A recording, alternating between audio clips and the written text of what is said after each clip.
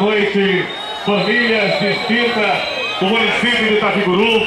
Satisfação estarmos aqui hoje, nesse grande comício do prefeito Moreira, do nosso vice Elísio, da coligação Povo no Poder. Satisfação de receber cada um de vocês que saíram de suas casas, para que a gente pudesse abrilhantar nessa noite de hoje, com essa festa da democracia, a decisão do povo de Itapicuru, que é, sem sombra de dúvidas, votar no 12, no dia 7 de outubro. E para a gente abrir essa nossa festa da democracia,